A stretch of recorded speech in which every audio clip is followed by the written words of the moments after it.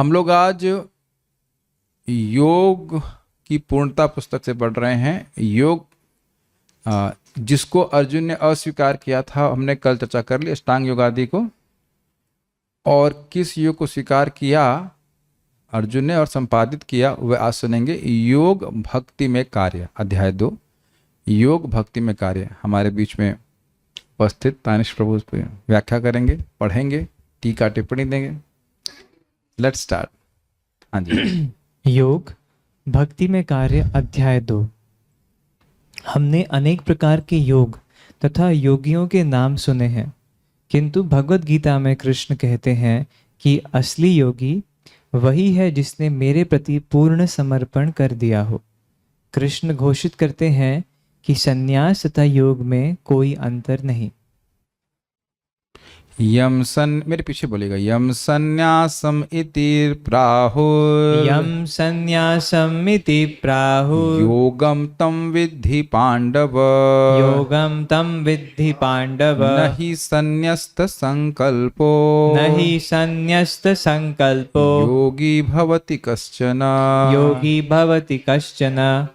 हे पांडुपुत्र, जिसे संन्यास कहते हैं वही योग अर्थात परब्रह्म से युक्त होना है, क्योंकि इंद्रिय तृप्ति की इच्छा को त्यागे बिना कोई कभी योगी नहीं हो सकता। भगवत गीता 6.2। भगवत गीता इसको पहले श्लोक को समझ लीजिए। देखिए, यम संन्यासम इति, यह जिसको संन्यास कहा जाता है इस प्रकार से। प्राहु, प्राहु मतलब अच्छे से कहा जाता है। योगन तम विद्धि पांडव, उसको तुम हे पांडव योग जानो। विधि मतलब जानो। क्यों? न ही, निश्चित ही ऐसा नहीं हो सकता है। असन्न्यस्त संकल्पो योगी भवत कश्चना। देखिए, संन्यास मतलब भोग से विरक्त हो जाना। तो जिसके हृदय में भोग की इच्छा है वो संन्यास कैसे ले सकता है? और योग का अर्थ क्या है? अपनी इंद्रियों को भगवान की सेवा में लगाना। तो जब इंद्रियों को भगवान की सेवा में लगाया गया है तो इंद्रियां एक बार में एक ही कार्य कर सकती हैं, दो कार्य तो नहीं कर सकते हैं। ठीक है? तो जब दो कार्य नहीं कर सकती हैं तो क्या ये स्पष्ट नहीं हो गया कि कोई व्यक्ति अपनी इंद्रियों को भगवान से लगाया हुआ है तो वो संन्यास में स्थित है?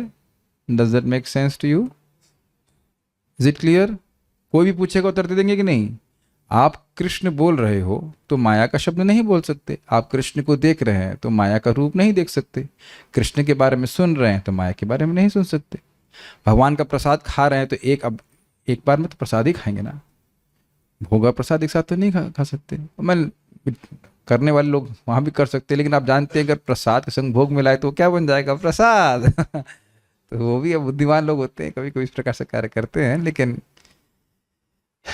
Is very simple. ईस्ट में जा रहे हैं तो वेस्ट से अपने आप दूर जा रहे हैं। ठीक है, बात है।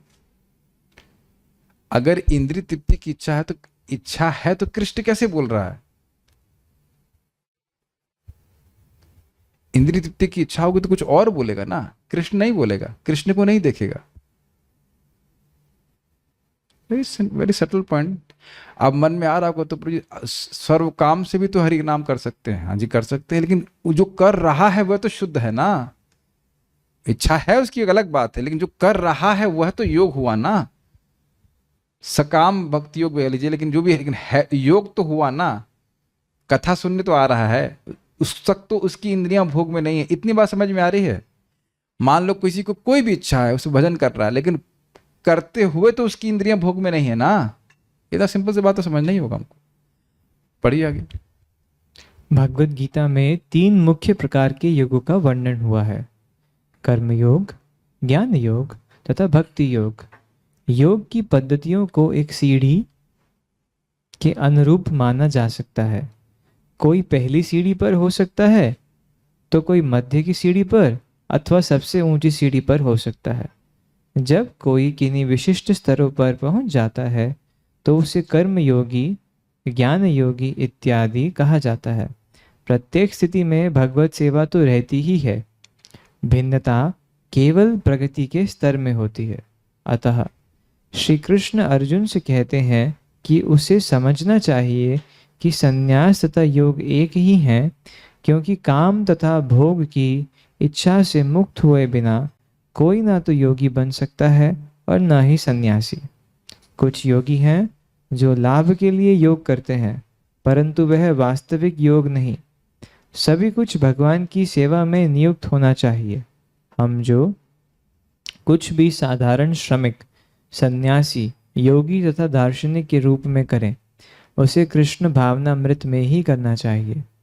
यदि हम कृष्ण की सेवा करने के विचार में मग्न रहें तथा उसी भावना में क्रियाएं करें, तो हम यथार्थ सन्यासी तथा यथार्थ योगी बन सकते हैं। तो वास्तविक योग क्या क्या क्या बोला जा रहा है? प्रभुपाद बोले किसको योगी कहा जाएगा?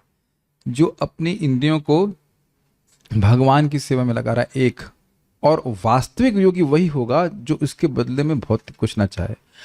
देखिए, भक्ति योग किसी भी तरह से किया जा सकता है, लेकिन ज्ञान योग तो खैर सीधी सीधी बात ही है कि आत्मा के रिलेशन के लिए। कर्म योग में भी एक्चुअली ध्यान देना होगा, कर्म योग में भी व्यक्ति कर्मों के फलों को भगवान को समर्पित कर दे रहा है। क्यों? ताकि उसको आत्मज्ञान प्राप्त हो। भक्ति योग में दो फैक्टर हो सकते हैं, सकाम और निष्काम, लेकिन वास्तविक भक्ति में व्यक्ति निष्काम भावना से करता है।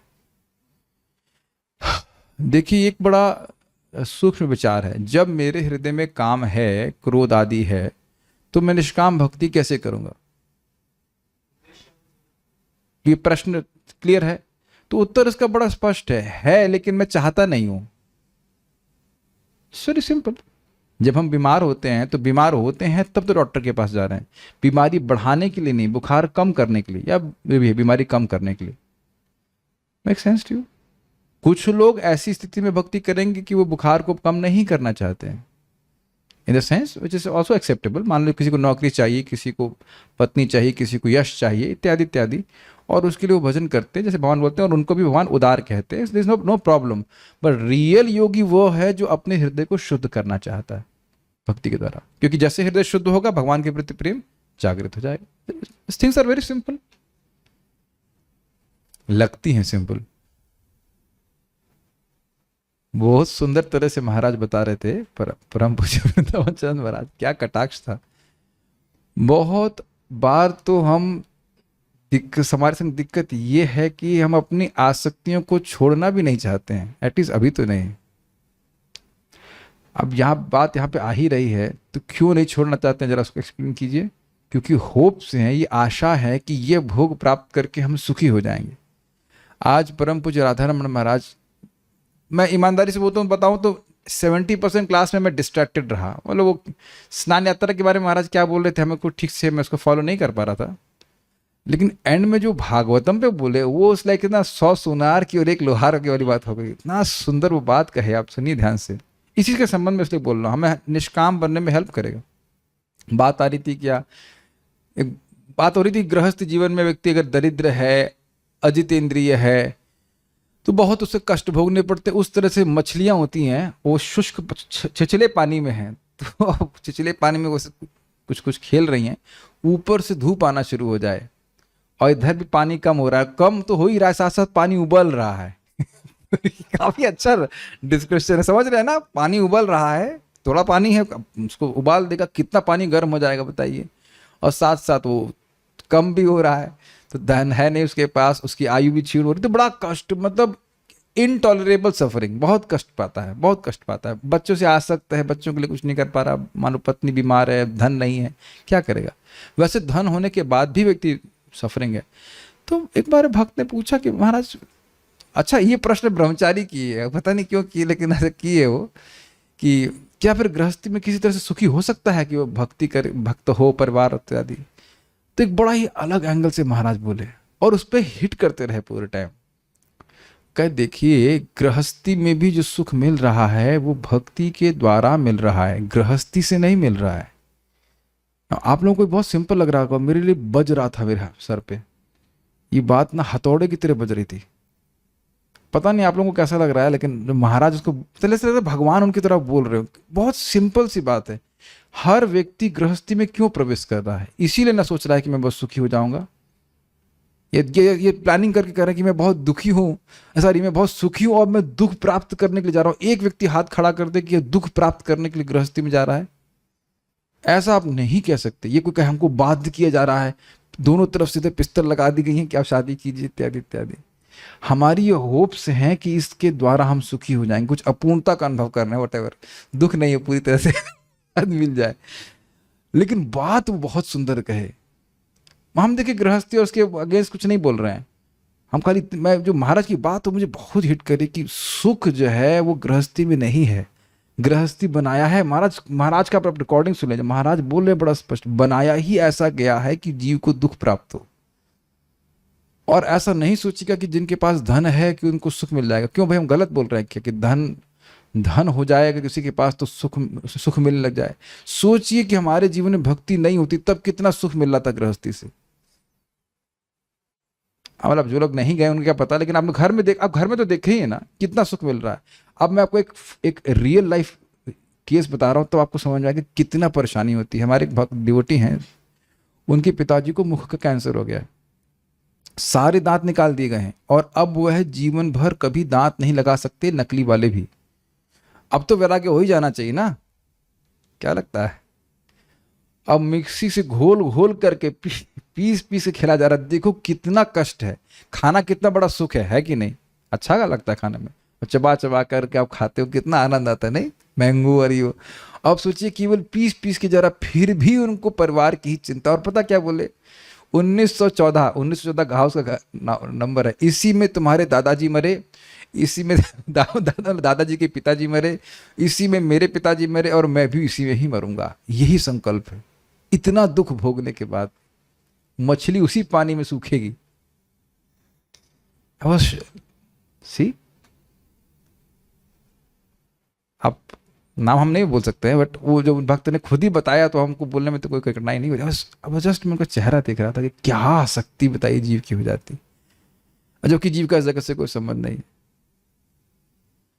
हम इन सब बातों में बोल रहे थे कि व्यक्ति निष्काम होने की इच्छा भी नहीं करता है, लेकिन यहां प्रभुपाद जी बड़ा स्पष्ट बोल रहे हैं कि असली योगी कौन है? सारे कर्मों को कृष्ण के लिए करता है और इसके बदले में वह भौतिक कुछ नहीं चाहता। This is very great advancement in Krishna consciousness. आप लोग कहेंगे इतनी लंबी कथा क्यों बताई? किस प्रकार से सकाम भावना में जीव फंसा हुआ, मैं इसलिए सारी बात बोल रहा था। और ये भी कारण है कि मुझे बात बतानी थी, इसलिए लिंक कर दी। दोनों बातें आप लोग बुद्धिमान समझ गए। It was just a point which is hitting me like anything. फंसा हुआ है व्यक्ति और अपने आत्मा के सुख से अनभिज्ञ। और एक और बात ध्यान देना चाहिए कि हम ये फालतू में नहीं कर रहे हैं, निष्काम हम फालतू में होने का प्रयास नहीं कर रहे हैं। निष्काम रहेंगे तो भक्ति का सुख मिलेगा। फिर से रिपीट कर रहा हूं, निष्काम भावना से भजन करेंगे तो भक्ति का सुख मिलेगा। नहीं याद सुनाई पड़ा शायद, निष्काम भावना से भजन करेंगे तभी भगवत प्रेम मिलेगा। तो कुछ छोड़ रहे हैं कुछ विशेष प्राप्त करने के लिए। We are not fools. Make sense? Next पढ़िए।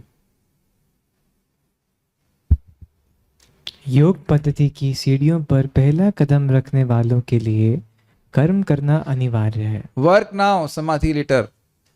ये नहीं सोचना चाहिए कि हमें कुछ करना नहीं है। अब हाँ, करने का मतलब ये नहीं कि पत्थर ढोना है, but you have to act. क्योंकि हमारी शक्ति, हमारे पास शरीर में शक्ति है, मतलब मसल पावर नहीं, मतलब जैसे एनर्जी है, करने पे बहुत जोर दिया जाता है। क्या श्लोक है भगवत गीता का? आरुरुक्षुर मुनिर योगम कर्म कारण मुच्यते युगारूढ़स्य तस्यैव शमः कारण मुच्यते। जो योग पद्धति पे उठ रहा है, चल रहा है, उसके लिए कर्म कारण है। कर्म कारण क्या है? उसके मन को पवित्र करने के लिए कर्म जरूरी है। आप देखते होंगे कि सेवा करना बहुत आसान है। What do you think? कोई सेवा कर दी जाती है, बड़ा आराम से हमारा मन लग जाता है। सभी लोगों के संग आप देखेंगे, हम कहें कि अब केवल दिन भर जब करना है तो बहुत कम ऐसे लोग होंगे जो बस केवल जब ही कर सके, वो भी रोज। Make sense? जस्ट नॉर्मल ध्यान करना हर चीज के लिए, हर व्यक्ति के लिए तुरंत संभव नहीं होता। यस। किसी को यह नहीं सोचना चाहिए कि चूंकि वह योग का प्रारंभ करने जा रहा है अतः उसे कर्म करना बंद कर देना चाहिए। भगवत गीता में अर्जुन कृष्ण को योगी बनने को कहते हैं, किंतु अर्जुन कृष्ण को नहीं, कृष्ण अर्जुन को योगी बनने कहते हैं। मैं कृष्ण अर्जुन को योगी बनने को कहते हैं, किंतु उसे युद्ध न करने को कभी नहीं कहते। ये इंटरेस्टिंग बात है। तस्मात् सर्वेषु कालेषु योगी भवसि। योगी भव ऐसे करके है, अब श्लोक अभी अब भूल रहा हूँ। हाँ, तस्माद योगी भवार्जुन ऐसे करके होता है कि हमेशा तुम योगी बने रहो। लेकिन योगी बने का मतलब ऐसा नहीं है अब बाबा जी कुछ बोलते ही नहीं, ऐसे करके नहीं है। You have to act. और देखिए, योगी कहिए या योगिनी कह लीजिए, मतलब जैसे मान लीजिए घर में कोई माता जी हैं, तो अब ये नहीं कि खाना नहीं बनाएंगी या घर का साफ सफाई नहीं करेंगे या और कोई कार्य नहीं करेंगे, या प्रभु जी हैं वो मान लीजिए नौकरी करने नहीं जाएंगे, ऐसा नहीं हो सकता है। But it all has to be linked with Krishna. ये आर्ट सीखनी होती है। नेक्स्ट पढ़िए। यह बिल्कुल विरोधी बात है। निश्चय ही कोई यह पूछ सकता है कि व्यक्ति किस प्रकार योगी होने के साथ ही साथ एक योद्धा भी बन सकता है। योगाभ्यास के प्रति हमारी धारणा है टांगों को मोड़कर तथा अधखुली आंखों से नाक के अग्रभाग पर ताकते हुए आसन में बैठ जाना एवं इस प्रकार एकांत स्थान पर ध्यान लगाना। अतः यह कैसे हो सकता है कि कृष्ण अर्जुन से योगी बनने तथा साथ ही साथ एक भयंकर युद्ध में भाग लेने को भी कह रहे हों। यही भगवत गीता का रहस्य है। व्यक्ति योद्धा भी बना रह सकता है तथा साथ ही साथ उच्चतम योगी और उच्चतम सन्यासी भी। ऐसा कैसे संभव है? कृष्ण भावनामृत में व्यक्ति को केवल कृष्ण के लिए लड़ना चाहिए, कृष्ण के लिए कार्य करना चाहिए, कृष्ण के लिए खाना चाहिए, कृष्ण के लिए सोना चाहिए तथा समस्त क्रियाओं को कृष्ण को अर्पित कर देना चाहिए। हाँ, और ये बहुत रहस्यमय होता है। देखिए, क्रिया में परिवर्तन नहीं प्रभा जी कह रहे हैं, लेकिन उस क्रिया के प्रभाव में बहुत बड़ा परिवर्तन आ जाता है। अभी व्यक्ति देखेगा, लोग इतने सारे लोग प्रसाद पा रहे हैं, ये प्रसाद व्यवस्था बन रही है और कार्य बहुत सारे होते हैं, तो लोगों को लगेगा कि ये लोग तो सामान्य तरह से कार्य कर रहे हैं। A devotee is engaged in Krishna's service as if in passion. Got it? एक भक्त भगवान की सेवा में ऐसा लगता है कि ऐसे मानो वो बहुत रजगुण में हो, ये करना है, वो करना है, ये लाना है, बुलाना है, इत्यादि इत्यादि इत्यादि। लेकिन वो रजगुण में नहीं कार्य कर रहा है। आपको क्या लग रहा है? अर्जुन ऐसे एकदम रिलैक्स होकर के, हाँ आइए आइए युद्ध करना है, चलाइए अब बाढ़ चलाइए, हाँ एक मिनट, हाँ कौन सा, फिर उस पर मंथन कर रहे हैं, मनन कर रहे हैं, कौन सा बाण, वाह या व्यस्त्र लग रहा है, ठीक। इतना सोचने का समय है? बताइए, तो सोचने वाली बात है जी। तो अपनी क्रियाओं को, ये बहुत प्रैक्टिकल बात बोली जा रही है। और साथ साथ रहस्यमय क्यों है? क्योंकि व्यक्ति ये नहीं समझ पा रहा है कि कार्य तो वही है लेकिन प्रभाव उसका बिल्कुल अलग है। ये नहीं समझ पा रहा है लोग। This is very interesting. और मुझसे पूछा गया कि आप लोग भी तो वही कार्य करते हुए दिख रहे हो, सो रहे हो, खा रहे हो, इत्यादि इत्यादि, तो आप में और हम में अंतर क्या? अंतर बहुत आ जाता है। किसके लिए क्रिया कर रहे हैं, क्रिया का फल बिल्कुल अलग हो जाता है। जहाँ सब लोग जानते हैं, वो सोल्जर वाला एग्जाम्पल जानते हैं कि नहीं, सैनिक वाला। सैनिक अगर युद्ध क्षेत्र में गोली चलाता है तो उसके लिए पुरस्कार मिलता है, और घर में आके गोली चला देगा तो उसको फांसी हो जाएगी या जो भी दंड दिया जाएगा। तो इतनी सी बात वो समझ नहीं पाते। ये बहुत बड़ी आर्ट है। आप ही लोग देख रहे हैं, हम सभी अपने जीवन में देख रहे हैं कि दाल चावल का भोग लगता है, इसकी कोई धारणा भी नहीं थी आप लोगों को। लेकिन एक एग्जाम्पल आपको मैं दूंगा और आप सब लोग उससे हाँ करेंगे। आप लोग ये स्मरण है, दिवाली वाले दिन घर में भगवान को भोग लगता था खाने का? Have you have that experience? Without any knowledge of Krishna consciousness, Krishna भावना के बिना भी देवताओं को, दुर्गा जी को, किसी को भी खाना पहले बनता था और भोग लगता था। Have you felt on that day, उस दिन आपको घर में कुछ अलग वातावरण लगता था, है ना?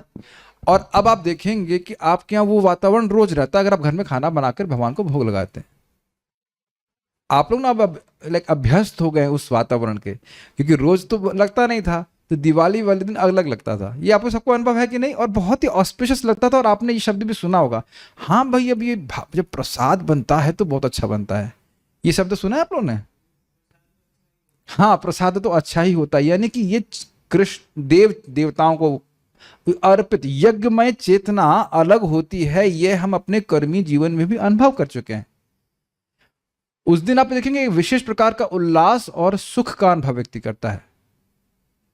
बहुत ज्यादा पुआ पकवान भी ना बनाए, लेकिन वो जो प्योरिटी की कॉन्शियसनेस होती है ना, क्या भोग बनना है, प्रसाद बनना लगेगा, भोग लगेगा, दुर्गा जी को लगे, शिव जी को लगे, किसी को भी लगे, लेकिन इतनी व्यक्ति की चेतना रहती है कि आज हमें बहुत साफ सुथरे तरह से बनाना है, सब कुछ करना है। अब रोज ही अगर हम ऐसा करेंगे तो हमारे जीवन में कितनी पवित्रता आ जाएगी, बताइए।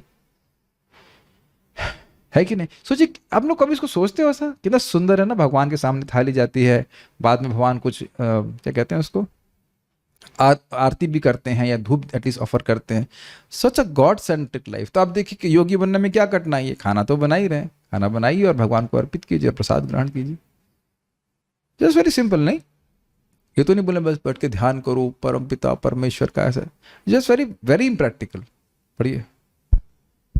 इस प्रकार व्यक्ति उच्चतम योगी एवं उच्चतम सन्यासी बन सकता है।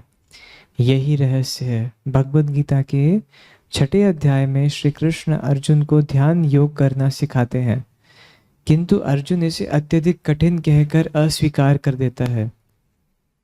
तो अर्जुन को महान योगी कैसे माना जा सकता है? यद्यपि कृष्ण अर्जुन को ध्यान पद्धति अस्वीकार करते हुए देख रहे थे, तथापि उन्होंने अर्जुन को सर्वोच्च योगी घोषित कर दिया, क्योंकि तुम सदैव मेरा चिंतन करते हो। कृष्ण का चिंतन सारी योग पद्धतियों का सार है, चाहे वे हठ, कर्म, ज्ञान, भक्ति या योग, यज्ञ या दान की कोई अन्य पद्धति हो।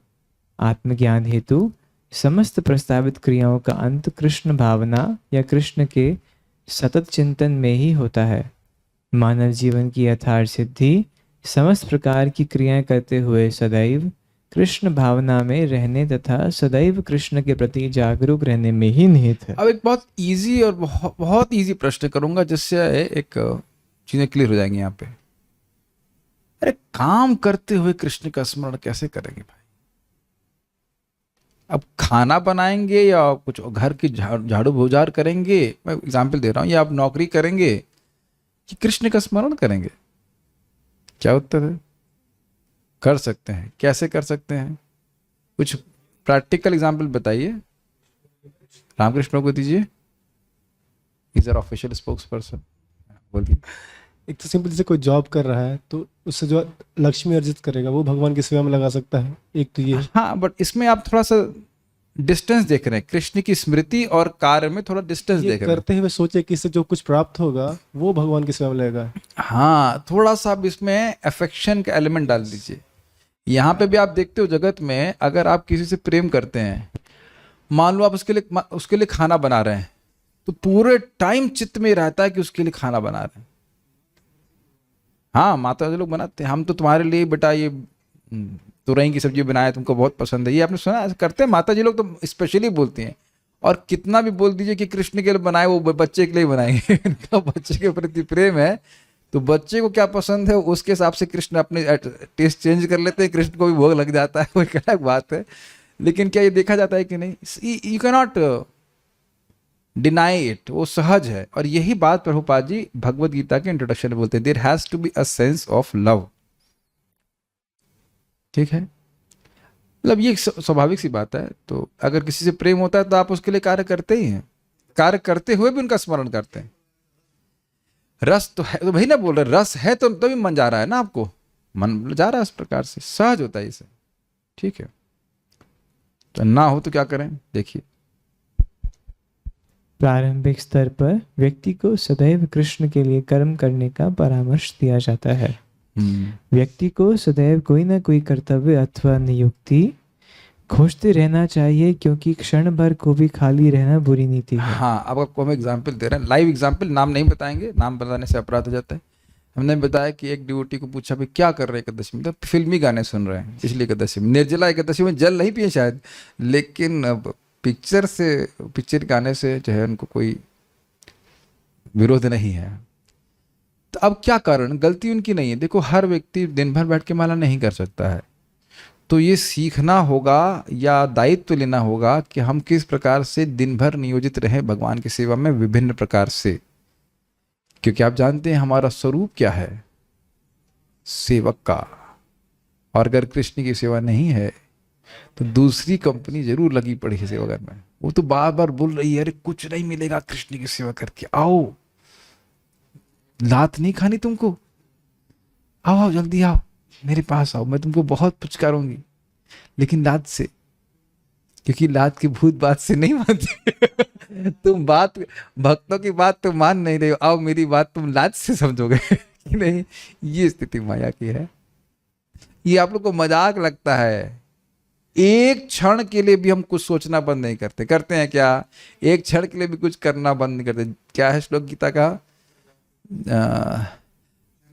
जातु कर्म अकर्मकृत ना ही कश्चित क्षणमपि जातु कर्तव्य कर्त, ऐसे करके श्लोक है, बहुत अच्छा श्लोक है। एक क्षण के लिए भी जीव बिना कुछ कार्य किए नहीं रह सकता है। सी, तो इसलिए खाली बैठना ये बहुत डेंजरस है। पढ़िए आगे। ऐसी नियुक्तियों द्वारा जब वह वास्तविक प्रगति करता है तो वह भले ही शारीरिक रूप से भले ही कार्य ना करे, किंतु अपने अंतर में सदैव कृष्ण के चिंतन में नियुक्त रहता है। खाना नहीं खाया लग रहा है? हाँ, चलिए फिर मैं ही पढ़ता हूँ, मुझे लगा था कुछ खा के आया। चलिए बात देखिए, ये समझने का प्रयास कीजिए हो क्या रहा है। जब हम लोग अभी बहुत एनर्जी लेवल पे हैं, सब लोग एनर्जी लेवल पे हैं कि नहीं? ओके हैं। तो अब आप अगर बैठेंगे भी तो बैठा नहीं जाएगा। आप कहो कितने मिनट बैठ के माला घुमाते रहे, नहीं होगा। It just doesn't work. आपको मैं डिस्करेज नहीं कर रहा हूँ, कर सके तो करिए भैया, कोई दिक्कत नहीं है, लेकिन नहीं होता है। मैं आपको ईमानदारी से बोलूँ, मेरी इच्छा थी कि मैं रात के 12 बजे से लेकर 6 बजे तक नॉन स्टॉप जप करूँ। ऐसे बुरी इच्छा तो नहीं है, अच्छी इच्छा है, ठीक है। आज भगवान ने पूरी कर दी। 12 बजे उठ गए एकदम बच्चे की तरह, गुड। जब किया 2 हो गया, 3 घंटा हो गया, मंगल आरती चले गए। उसके बाद 5 बजे ऐसा नशा आना चालू हो गया। मैंने कहा अब नहीं, दरबार तो प्रभु को मैसेज कर दिया, प्रभु जी उठूंगा जब तभी आऊँगा क्लास। सो गया 5 बजे। तो अब देख रहे हैं ये मेरा, मैं एकदम कभी कभी ऐसा करता हूँ, ट्राई करूँ जो मेरे अधिकार के बाहर है, तो भगवान दिखा देते हैं कि तुम करके देख लो, लेकिन होगा कुछ नहीं। जो आपका अधिकार है वही कर पाते हैं। कभी कभी करके देख लेना चाहिए कि अभी चेक करना चाहिए मेरा अधिकार है कि नहीं, और देखेंगे नहीं होता है, नहीं हो पाता है, just doesn't work like that. आप अपने अधिकार से अधिक कुछ नहीं कर सकते हैं। लेकिन एक दिन मुझे पूरा विश्वास है कि हो सकता है मैं 24 घंटे कर सकूं। आज तो नहीं, किस जन्म में भी होगा, लेकिन हम कर सकते हैं। जब इतना रस मिलेगा भगवान के नाम में कि आपका एक्सटेसी बढ़ती जा रही, तो नहीं रुकेंगे। अभी तो हम तब, मैं अपनी बात कर रहा हूं, तब के रूप में कर रहे हैं इसको। Make sense to you? तो ये बात समझ में आई? हमें इस समय भगवान का जप तो करना ही है, लेकिन अन्य क्रियाओं को भी करने से हमारा हृदय शुद्ध हो रहा है। देखिए समझने का प्रयास कीजिए, इसको बलदेव विद्याभूषण कैसे समझाते हैं। आप कर रहे हैं कार्य, लेकिन उसके वो कार्य ज्ञान गर्भा है। Make sense to you? ज्ञान गर्भा का अर्थ क्या? जैसे कोई स्त्री है, वो गर्भवती है, तो उसका बच्चा भी दिख नहीं रहा है, लेकिन बच्चा है और बच्चा कालांतर में प्रकट हो जाएगा। उसी प्रकार से व्यक्ति कार्य कर रहा है बाह्य रूप से। जैसे यहाँ पे बता रहे अर्जुन युद्ध कर रहे हैं, लेकिन वो युद्ध क्योंकि भगवान के लिए है, इसलिए आत्मज्ञान प्रकाशित हो जाता है। ठीक है, ये बात है। लेकिन अब मैं ये नहीं कह रहा हूं कि आप जप करेंगे ही नहीं, जप के विरुद्ध नहीं बोला जा रहा है, लेकिन प्राय लोगों के लिए ये संभव नहीं होता है कि दिन भर जप करते बैठे। एक बार हमने सर से पूछा था, लीला पुरुषोत्तम प्रभु से, वो 8-8 घंटे भागवत पढ़ते थे। हमने कहा सर कैसे करते थे आप? तो सर हम लोग डांट लगाते थे, अरे भाई नेचुरल टेस्ट होना चाहिए। नेचुरल टेस्ट होगा तब तो आप कोई कार्य रोज कर पाएंगे 8 घंटा, नहीं तो कैसे तपस्या के रूप में करेंगे। ठीक है, फिर मैं बात को याद दिलाऊंगा, हर व्यक्ति अलग अलग चेतना से चल रहा है, वो अलग अलग अपने कोर्स में है, भक्ति के अलग अलग लेवल पे है। तो हो सकता हो कि कोई को प्रारंभ से ही बहुत रुचि हो, और इसके लिए कोई दिक्कत नहीं। लेकिन जो अपना अधिकार समझना चाहिए कि हाँ भाई, हम अगर बहुत परेशान हो रहे हैं कोई साधना के लेवल पे, तो उसकी जगह देखिए कि हम किस लेवल पे हैं। मेरी बात समझ पा रहे हैं? अगर हम कर्माधिकारी हैं कि भाई हम कर्म करना ही है कुछ, तो कर्म करना चाहिए, लेकिन वो कर्म निष्काम भावना से करना चाहिए। धीरे धीरे फिर हमको आगे वो प्रगति कराएगा। Make sense? फाइन, पढ़िए। तो अब अगर मन उसका शांत हो गया, तो वो कहीं बैठकर भी मन में भगवान का स्मरण कर सकता है। अच्छा, एक बात सोचा नहीं आपने, मन में भगवान का स्मरण करने में दिक्कत क्या है? हाँ, मन में भगवान का स्मरण करने में दिक्कत क्या है? कोई पैसा लगता, दिक्कत क्या है? तो ये 24 घंटे स्मरण होता क्यों नहीं? तो पूछ रहा हूं क्यों नहीं होता है? क्योंकि टेस्ट नहीं है, ये बात है। क्योंकि अविद्या से ग्रसित जीव है, इस कारण से कृष्ण का स्मरण करने में जो सुख नहीं मिलता है, ये बात है। तो जैसे जैसे क्रमशः व्यक्ति शुद्ध होता जाएगा, अविद्या नाश हो जाएगा, उसको टेस्ट मिलने लग जाएगा, तो बैठे बैठे भी वह कहीं भी भगवान का स्मरण कर सकता है। ये बात प्रभु समझा दें, ठीक है। फिर भी प्रारंभिक स्तर में व्यक्ति को अपनी इंद्रियों को कृष्ण की सेवा में नियुक्त करने का परामर्श दिया जाता है। कृष्ण की सेवा में व्यक्ति विविध प्रकार की क्रियाएं कर सकता है, अंतर्राष्ट्रीय कृष्ण भावनामृत संघ का उद्देश्य इच्छुक भक्तों को इन क्रियाओं में मार्गदर्शित करने में सहायक होना है। कृष्ण भावना में कार्य करने वालों के लिए कृष्ण की सेवा हेतु दिन में पर्याप्त घंटे भी नहीं मिलते। वहाँ सदैव क्रियाएं हैं, दिन रात नियुक्तियां हैं, जिसे कृष्ण भावनामृत के साधक बड़े आनंद पूर्वक करते हैं। वही वास्तविक सुख का स्तर है। कृष्ण के लिए सदैव व्यस्त रहना तथा संपूर्ण विश्व में कृष्ण भावनामृत को फैलाना। भौतिक जगत में यदि कोई हर समय कार्य करे तो वह बहुत थक सकता है, किंतु यदि कोई कृष्ण भावना में कार्य करे तो वह हरे कृष्ण का जप करने तथा दिन में 24 घंटे भक्ति मूलक कार्यों में संलग्न रहने के उपरांत भी कभी नहीं थकता। वेल डिपेंड करता है आप कितने एडवांस्ड हैं। किंतु कभी यदि आप ऐसा भी देख सकते हैं कि थक जरा है भले शरीर से, लेकिन मन में थकान नहीं होती है। अगर आप विचार करें तो थक जाता है, स्वाभाविक सी बात है, शरीर तो थक ही जाएगा, लेकिन इसे एक अलग प्रकार की रुचि है भगवान की भक्ति में, सेवा में। नहीं तो बताइए वही कार्य भक्त लोग कैसे कर सकते हैं पूरा जीवन। देख रहे हैं डिवोटीज माला बना रहे हैं, 30 साल से माला ही बना रहे हैं। अच्छा, ऐसा भी नहीं कि वो बोर हो रहे हो, नहीं तो इतनी सुंदर सुंदर माला क्यों बनाते। जो आदमी बोर हो रहा उसकी माला के, जो माला बना रहा है उसका सौंदर्य कैसे बढ़ जाएगा, ये सोचने वाली बात है। आपने नोटिस किया मंदिर के बाहर जो माला बनाते हैं वो स्टैंडर्ड उनका डिजाइन होता है। आपने ध्यान नहीं दिया कभी? तो एक ही डिजाइन की माला रोज बनाते क्योंकि उनको भगवान को सुखी करने की इच्छा नहीं है, माला बेचने की इच्छा है। कभी आपने ध्यान नहीं दिया इस बात पे?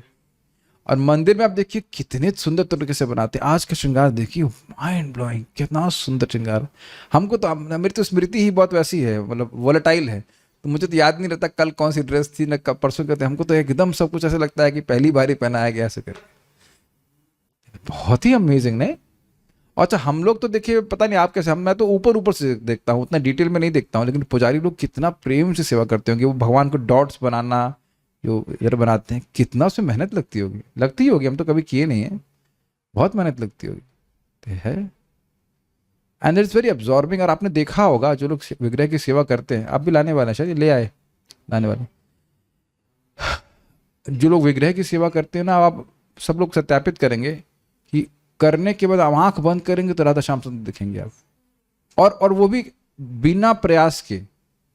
ये विग्रह की सेवा का बड़ा सुंदर स्वभाव होता है कि मतलब उसमें भी इतना अच्छा है कि अगर आप पीछे कथा चला दीजिए, कथा चलती रहती है, कथा सुनते रहिए और ऐसे सेवा कीजिए। ये जो लोग करते हैं बहुत, मैं तो देखिए इसलिए मैं बोल रहा हूँ कि हम तुलसी जी की मंजरी तोड़ा करते थे, बहुत पहले की बात है।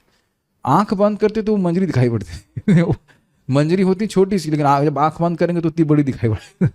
Very nice, is it not? तुलसी का स्मरण स्पर्श सभी पवित्र करने वाला है।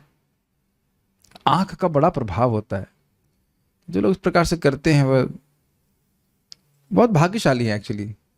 इस प्रकार की जो भावना रहे ना कि आज हम राधा कृष्ण को ये पहनाएंगे, ये करेंगे, अगर आप कर सकें तो जरूर हम आपको इसके लिए प्रोत्साहित करेंगे। प्रॉब्लम जानते हैं हमें विरोध किस बात का पता है?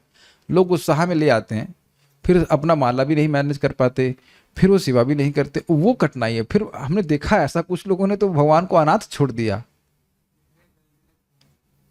अनाथ समझ रहे हो, वो कब कहीं किसी दूसरे को देंगे, आप उनको मैनेज कर लो। जैसे होता है ना बच्चा पैदा करके भाई आप मैनेज कर दो, ऐसे बोलते हैं क्या? और अगर पूछ लिया जाए कि भगवान अधिक दुख देते हैं कि बच्चे जो पैदा किए वो अधिक दुख देते हैं, तो उत्तर बड़ा स्पष्ट है कि बच्चे। और ये बोला गया है, एक माता जी को बोले, प्रभु जी हम मानते हैं कि डीटी की सेवा भगवान की बच्चे की सेवा भगवान की सेवा से बहुत कठिन है। कभी भगवान रात में जगाए हैं? रात में कभी नहीं। सो जाएंगे 8 बजे रात में, मान लो सुला दे तो सुबह 3 बजे 4 बजे ही उठेंगे, उससे पहले तो उठेंगे नहीं। लेकिन ये सत्य बात है कि जो लोग सेवा करते हैं उनका मन भगवान में बहुत लग जाता है, बहुत लग जाता है। आज ये पहनाना है, आज ये करना है, इत्यादि इत्यादि इत्यादि। ये 5 अंग साधन के हैं, उसमें से एक बहुत प्रबल साधन है, कर सकते हैं जो लोग को। हाँ हाँ बोल देते, छोड़ के तो आ गए अपने घर में श्याम सुंदर को, है कि नहीं? गौर निताई भी है, ठीक है। ला सबको ले आएंगे, सेवा कोई नहीं करेंगे। आप कहेंगे भाई जो सबको खिला रहे हो क्या खिलाना है? ठीक है कि नहीं, ये चलता है।